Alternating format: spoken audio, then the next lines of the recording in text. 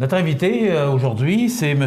Paul Bourgault. Attendez un petit peu que je donne son titre exact. Il est délégué de la paroisse Saint-Thomas, unité pastorale Montmagny-Nord. Enfin, quelqu'un qui vient nous parler de l'avenir de nos églises. Parce que j'ai tenté beaucoup d'essayer de savoir qu'est-ce qui se passe, où on s'en va avec l'avenir de nos églises. M. Bourgault, Paul Bourgault, bonjour et bienvenue chez nous. M. Bourgault, j'ai essayé avec les curés, avec Monseigneur Moreau, d'essayer de savoir exactement, on sait ce qui se passe. On va parler de notre unité pastorale à nous, là, qui renferme les églises de Saint-François, Saint-Pierre, Berthier, Montmagny, l'Île-aux-Grues, Cap-Saint-Ignace et Saint-Thomas-Saint-Mathieu, naturellement. C'est ça. OK? Oui. D'abord, dites-moi, là, délégué paroisse Saint-Thomas, unité pastorale Montmagny-Nord, c'est quoi ça? C'est un long titre, mais ça dit quoi? Bon, ça dit quoi? C'est qu'il y a 2 ans et demi à peu près, on avait distribué des billets dans l'Église pour demander aux gens de proposer quelqu'un pour représenter la paroisse au niveau de la table de l'unité pastorale de Montmagny-Nord. Chaque paroisse a son délégué. Et ces gens-là se réunissent périodiquement avec l'équipe pastorale et on planifie un peu les activités de l'année, on regarde un peu la vie de la paroisse, des paroisses autour, tout ça.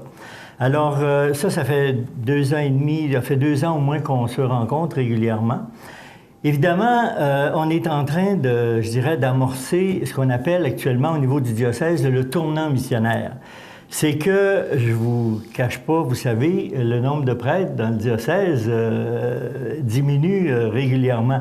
Je pense pas régulièrement, considérablement. Oui. Je pense que c'est le mot plus juste. Disons qu'il semblerait qu'actuellement, il reste 6 prêtres de moins de 65 ans dans le diocèse de Sainte-Anne. Donc, il y a quoi, 53 paroisses à peu près, puis il resterait 6 prêtres de 65 ans et moins. Donc, là, on a décidé de réorganiser la pastorale au niveau des paroisses. Actuellement, nous, on fait partie de la zone Montmagny-Nord. Il y a Montmagny-Sud, il y a l'Îlet-Sud, l'Îlet-Nord. Et dans le projet de regroupement, on est en train de penser même regrouper au moins ces 3 zones-là, ces 3 paroisses-là, et peut-être une 4e. Ce qui ferait qu'on va se ramasser avec une unité pastorale d'entre 22 et 28 paroisses. Et là, il y aurait en principe 1 ou 2 prêtres qui seraient responsables de ces 28 paroisses-là. Ce qui veut dire que ça prend du monde pour travailler avec ces prêtres-là. On sait que, bon, la mission de l'Église, c'est évidemment faire connaître Jésus-Christ, c'est faire vivre les gens là, dans la fraternité, le partage, l'entraide, puis de célébrer.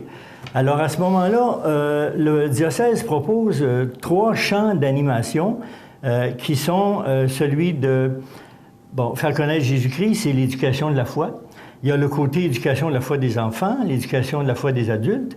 Il y a aussi le côté vivre en fraternité, charité, c'est l'entraide, c'est l'engagement, c'est le partage. Et il y a aussi l'autre équipe qui est la célébration, donc toute la liturgie, la prière en commun, etc. Donc, ces 3 secteurs-là, on a besoin de regrouper ces gens-là parce qu'actuellement, il y a énormément de gens qui travaillent au niveau de la pastorale, mais c'est comme si chacun travaillait dans son petit tiroir.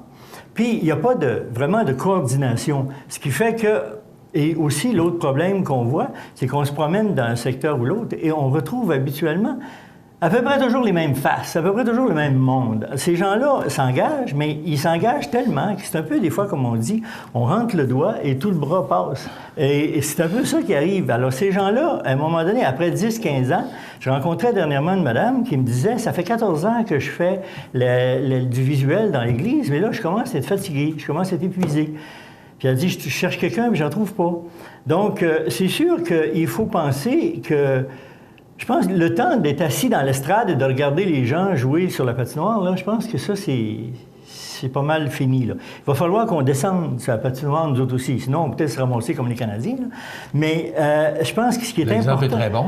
Oui. L'exemple est très bon. En tout cas, il faudrait peut-être prendre conscience qu'on a un rôle et puis on n'a pas besoin d'être des spécialistes pour travailler au niveau de notre Église.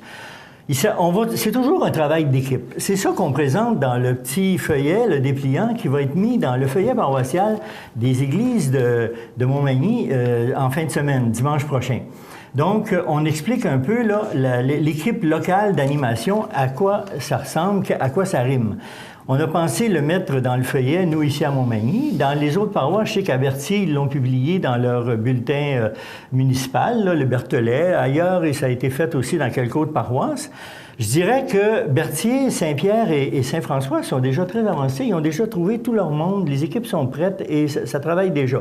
Dans d'autres secteurs, comme ici en ville, ça tire la patte. On a de la misère à trouver du monde. On en parle. Les gens disent « Oui, ben, j'ai pas le temps. Je trouve ça compliqué. Je me sens pas prêt. » Bon, je pense qu'il faudrait que les gens comprennent que peu importe les qualités, les talents qu'on a, ce qui est important, c'est de dire « j'embarque », mais j'embarque dans une équipe. Et c'est un travail d'équipe qu'on fait ensemble. Et ça, je pense qu'on peut aller loin avec ça.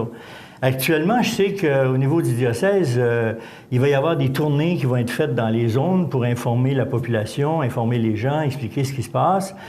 Parce qu'il va falloir que des gens se prennent en main. On commence à avoir des célébrations dominicales de la parole, donc il n'y a plus d'Eucharistie dans certaines églises. Bon, on sait que ça fait pas l'unanimité, là. Là, il y a 2 écoles de pensée là-dessus. Ouais, ben, écoutez, moi, j'ai des commentaires là-dessus. C'est bien fait par... j'ai assisté à une, parce qu'on m'avait demandé de faire des lectures de Jean-Marc Rioux, qui est diacre, et pas d'Eucharistie, puis ça a comme déçu ou choqué. Ça dépend de certaines personnes. Les gens disent, ben moi, je ne vois plus. Alors, ça, c'est une réaction qu'on a entendue souvent. Vous avez aussi les célébrations de la parole dans les salons funéraires, dont il n'y a pas d'Eucharistie non plus. Et puis, c'est quand même, je dirais, ça fait partie de l'activité pastorale de l'équipe de la paroisse.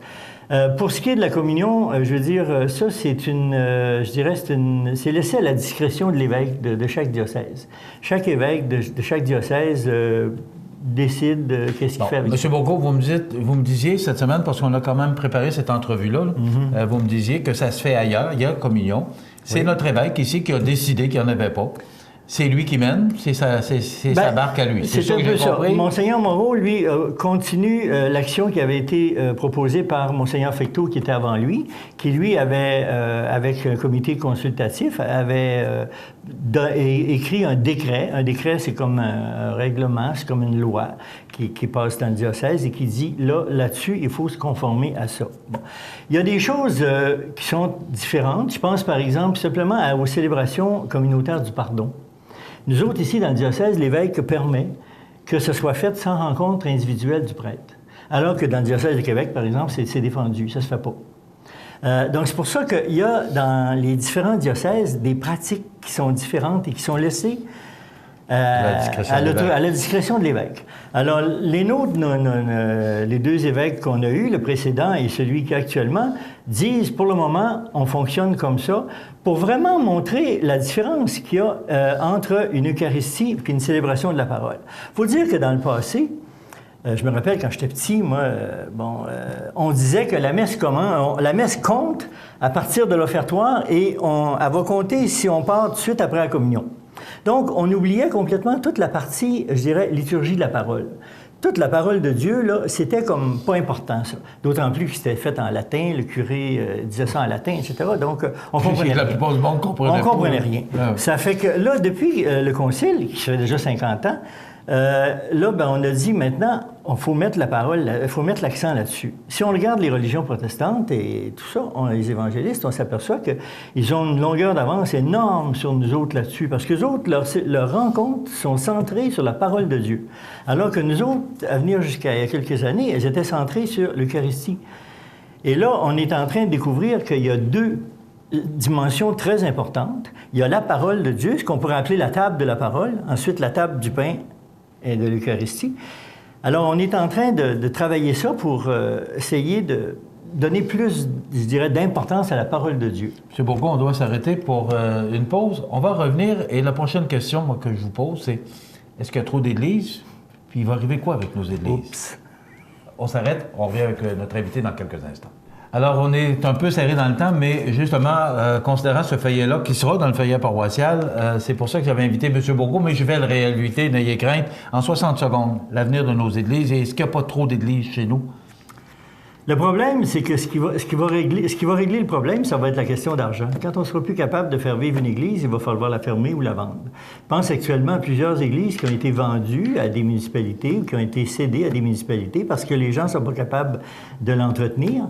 Si vous avez 50 000 de budget, allez-vous le mettre sur la réparation d'une fenêtre ou des vitraux d'une église ou sur un agent pastoral qui va s'occuper du monde dans la paroisse? C'est la grosse question. Et ça, je pense que ça va être la responsabilité de chacune des paroisses, à un moment donné, de s'asseoir avec justement des gens de l'équipe locale d'animation et de dire qu'est-ce qu'on fait avec ça. Et l'évêque a dit qu'il ne fermerait aucune église, mais qu'il laisserait et qu'il respecterait la décision des gens dans les paroisses. Et c'est ce qu'il a dit sur nos ondes aussi. Oui. Alors, ça veut dire que c'est les gens. Mais il va falloir, à un moment donné, enfermer. Je rencontrais un de mes amis qui est mort aujourd'hui, un capucin, qui me disait, de toute façon, les églises, c'est juste des cabanes à rassemblement. La communauté chrétienne n'est pas là. Et c'est ça qu'on essaie de regarder. M. Bourgault, quand vous voudrez venir nous parler, vous êtes le bienvenu. Ça fait plaisir. C'est tout, le bienvenu chez nous.